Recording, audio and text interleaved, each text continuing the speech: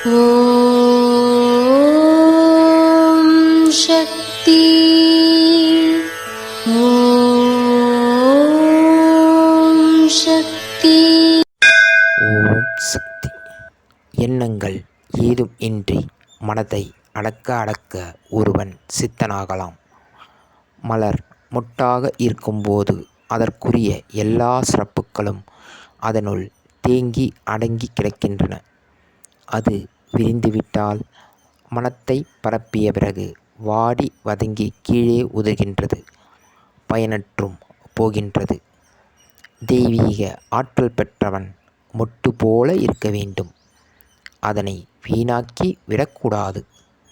அதனை உணர்வதற்குத்தான் நான் தாமரை மொட்டினை ஏந்தி இருக்கின்றேன்.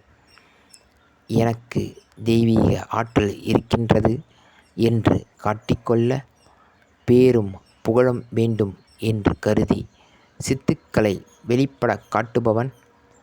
முட்டாய் இருந்த மலர் மலர்ந்த பின் வாடி வதங்கி உதிர்வது போல தேங்கி வைத்த ஆற்றலை எல்லாம் இறுதியில் இழந்து விடுவான். இது அன்னையின் அருள்வாக்கு. குருவடி சரணம், திருவடி சரணம்.